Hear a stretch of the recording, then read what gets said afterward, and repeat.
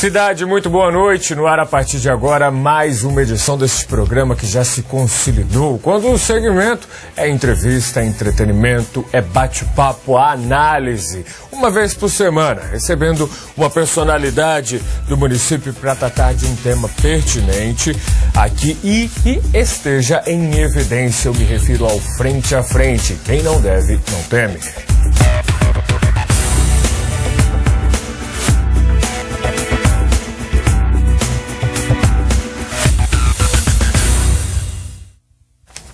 Nesta terça-feira a gente tem a oportunidade de conversar neste programa que é informal, trata de assuntos sérios, mas de uma maneira bem natural, com duas personalidades do município que hoje tiveram um dia atípico, creio eu, não me lembro em minha vida uma situação igual a de hoje, talvez eu seja muito novo por isso, e é um tema de suma importância e interesse de toda a comunidade que vive no território nacional. Mas nós estamos em Nova Mutum e aqui é o nosso foco. Na nossa mesa redonda de hoje, Dr. Rogério Toniolo, médico e presidente da Associação Médica de Nova Mutum. Doutor, eu agradeço imensamente o senhor ter aceito o nosso convite, tirado um tempo em sua agenda durante o dia de hoje, neste dia importante para vocês também. Sim. Muito obrigado e boa noite. Boa noite, telespectadores. É um prazer estar aqui. Nós precisamos dar uma resposta à população. A população precisa entender por que desse movimento nacional. Na realidade, hoje foi o primeiro dia de paralisação nacional, onde os médicos de todo o Brasil pararam. A Federação Nacional dos Médicos, o Conselho Federal de Medicina, a Associação Médica Brasileira, todos os conselhos regionais de medicina estão apoiando e fizeram indicativo de greve nos dias 23, que foi hoje, dia 30 e 31 de julho. Então é importante que a população saber que nos próximos dias 30 e 31 também teremos uma paralisação nacional. Sempre lembrando que é mantido os serviços de atendimento de urgência e emergência. Hoje mesmo o pronto-socorro funcionando normalmente, não transcorreu nenhum problema com relação ao atendimento da população de urgência e emergência, e o pronto-atendimento também funcionou normalmente. Então, assim, por que está acontecendo isso? Assim? A medicina está sendo atacada. Não só a medicina está sendo atacada, mas a saúde pública do Brasil está sendo atacada insistentemente por este governo.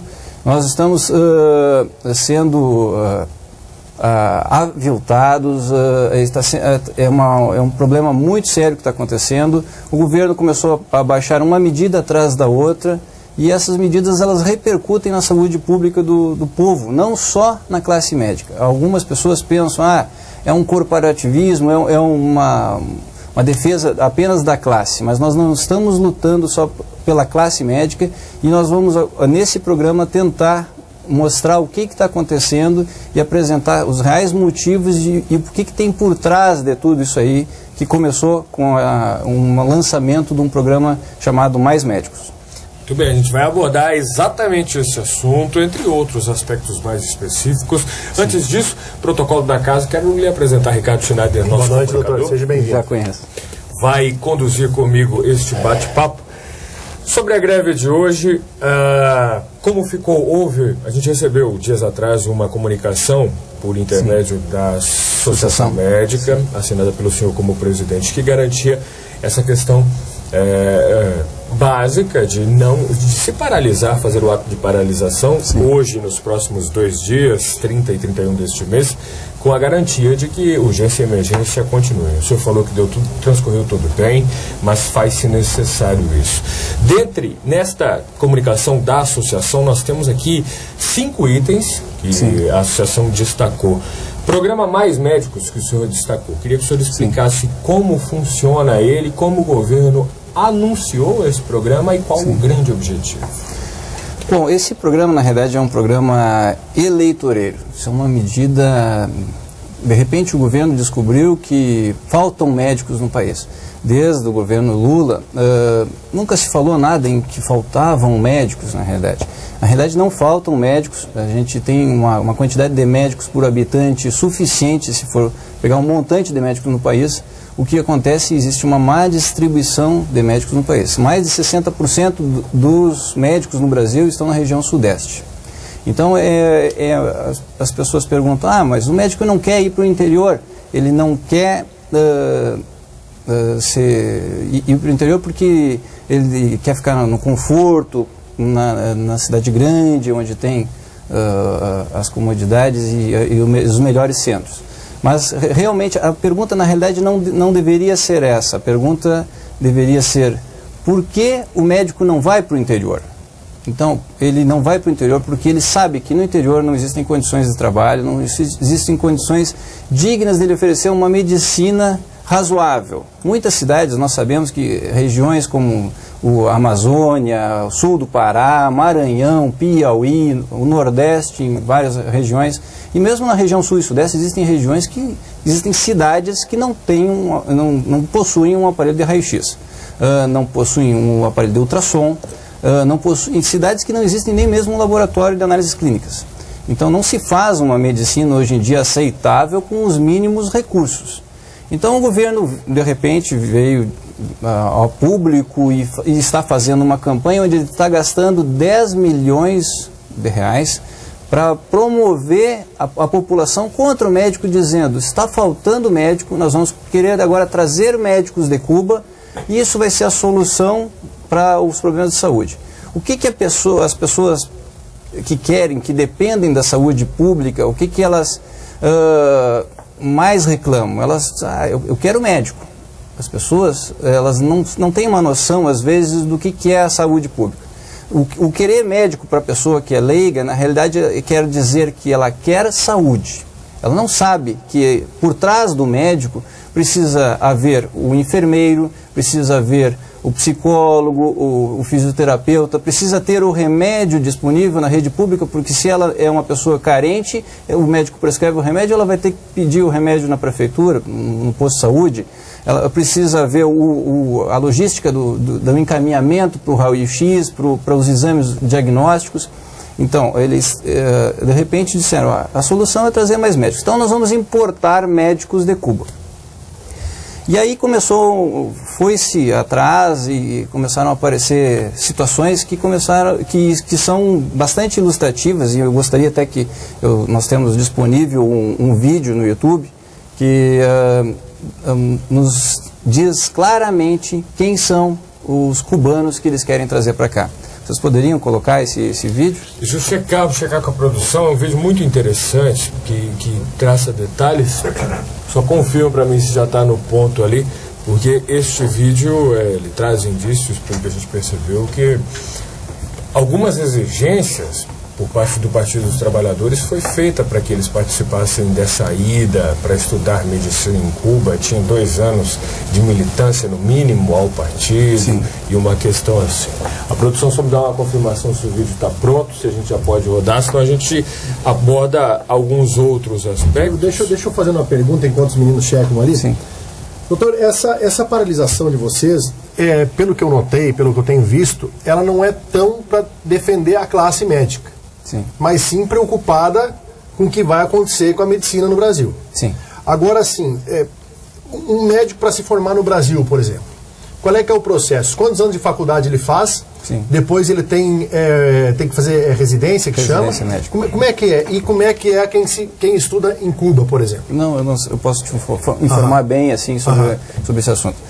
No Brasil são 6 anos de faculdade e algumas residências são 2, 3, 4 e 5 anos. Então o médico, além dos 6 anos, vai estudar de 2 a 5 anos além da faculdade. Estaria uns 8 a 10 anos numa média aí. Exato. Se formos comparar com a medicina de Cuba, a medicina de Cuba ela é uma medicina feita em 5 anos. Os primeiros 3 anos da faculdade de medicina existem cadeiras que compõem estudo do leninismo, Lenin, marxismo, técnicas de guerrilha, a história da Revolução Cubana e do Che Guevara. Então, o estudante de medicina tem esse currículo em Cuba. Isso nos primeiros 3 anos. Depois dos 3 anos, ele é um acadêmico que vai ficar focado em medicina geral comunitária e vai ficar 2 anos lá só em posto de saúde. Os médicos de Cuba, é importante, as pessoas acham, muita gente fala, a medicina de Cuba é avançada. A medicina de Cuba é extremamente atrasada, ela passou por um processo de declínio, ela era uma medicina, à época da Revolução Soviética, onde a União Soviética, da Guerra Fria, onde a Cuba tinha o apoio da União Soviética,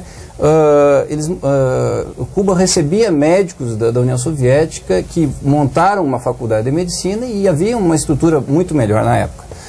Mas ela foi caindo a qualidade e hoje realmente é uma medicina extremamente atrasada, comparada com a medicina no Brasil, ela é muito atrasada. E nós não temos medo do médico cubano, do médico que seja de lá, natural de lá, ou que seja algum estudante que saiu daqui do Brasil e foi estudar em Cuba. O médico brasileiro ele não tem medo do médico cubano. O que nós não aceitamos não é que nós não aceitamos que venham estrangeiros trabalhar no Brasil.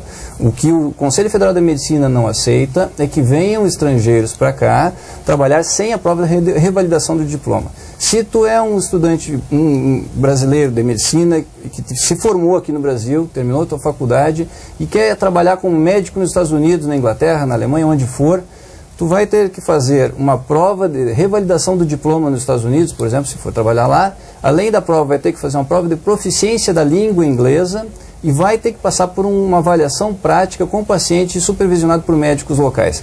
Então, isso em qualquer país do mundo seria uma revalidação de diploma. Não está sendo dito e não está sendo criado uma prerrogativa, está sendo criada uma subclasse de médicos, com essa história de mais médicos, trazer médicos para cá, onde não se está exigindo uma documentação onde esse médico que venha de lá, que se for realmente cubano, que fale espanhol, que ele tenha proficiência da língua, que ele saiba escrever no receituário em português a receita, que o médico precisa se comunicar. Ele precisa, além de examinar, ele precisa se comunicar e precisa escrever, fazer a prescrição. Aproveitar fazer uma brincadeira aqui. Já pensou que a letra do médico brasileiro já é difícil entender? Imagina se vier espanhol. Imagina. Então, na realidade, você está correndo até um risco, até com a população com relação a isso. O senhor acha que, por exemplo, estão tentando buscar 6 mil médicos, né? Exato. Se viesse 6 mil médicos nesse estilo que o senhor está falando aí, meio a Deus dará, pode causar até uma mortandade no Brasil, né? Sem dúvida. Primeiro porque, na realidade, está se colocando a população em risco. Assim, sem a prova de revalidação, a gente não sabe que qualidade esses médicos vão vir. Eles vão ser colocados em locais inóspitos, isolados, sem supervisão. Está sendo falado que vão haver uma supervisão e que vão ser acompanhados. Quem vai supervisionar alguém que está no meio da selva? Ou no agreste e tal. Na realidade, as universidades não vão fazer isso. Então, sendo supervisor, ele vai ter responsabilidade também, né? Exato, teria que ter um outro médico do lado. Então, se um supervisor seria um médico. Então, para que vai trazer 2 médicos para a mesma atividade, né? Então, na realidade, não existe, não há cabimento. São várias medidas que o governo tem lançado frequentemente, não são só essas, né? Assim, recentemente o ministro Mercadante, ministro da Educação, anunciou também que vão aumentar o curso de medicina em mais 2 anos, o curso de medicina que já são 6 anos, e ele disse assim, a partir de 2015 o curso vai ser de 8 anos. Então, nesses 2 anos a mais, o estudante de medicina terá que trabalhar para o governo, onde o governo decidir que ele terá que trabalhar por uma bolsa. Essa bolsa não é um salário, ele não te dá direito a um 13º, não te dá direito a férias. E depois de ter cumprido esse serviço civil obrigatório, porque isso aí na realidade é uma ditadura. Imagina que uma pessoa, tu é estudante de jornalismo, tu tá no fim da faculdade, de repente se casa, tem um planejamento de se casar com uma moça lá, e de repente o governo diz assim, agora tu não está formado ainda, tu vão te mandar lá para tal local. Está se começando agora isso com os médicos. Nós estamos correndo risco a nossa democracia e a nossa liberdade individual e profissional. Onde nós aceitarmos que o governo mande, olha, agora vamos mandar o médico porque está faltando médico. Daqui mais algum tempo estarmos enfrentando a mesma situação com os advogados. Está faltando advogados, vamos mandar para a promotoria em tal local e tem que trabalhar mais 2 anos para o governo e pelo valor que a gente quer e tal, para depois ganhar o seu diploma. Depois os engenheiros, os enfermeiros, todas as atividades, não só o médico, faltam enfermeiros, faltam engenheiros, existem vários profissionais que na realidade não estão nessas regiões. Até em número total, provavelmente haja suficiência, mas assim, existem regiões carentes de todas as áreas. Então, na realidade, o médico não vai para esses locais porque um vínculo empregatício é precário. Existem promessas, a gente vê toda hora no noticiário, o médico, não se encontra um médico por 30 mil reais, falam assim, pensa um salário, baita de um salário, mas analise comigo, tu é uma cidade muito isolada, para chegar nessa cidade tu vai andar 200 quilômetros de chão, estrada de chão, 300 quilômetros de estrada de chão, não tem um centro de referência para te levar um paciente, tu é o único médico da cidade, tu vai ficar de plantão 24 horas por dia, porque se tu está lá, tu não vai trabalhar 40 horas. Não é como a atividade médica é diferente da atividade de outras profissões.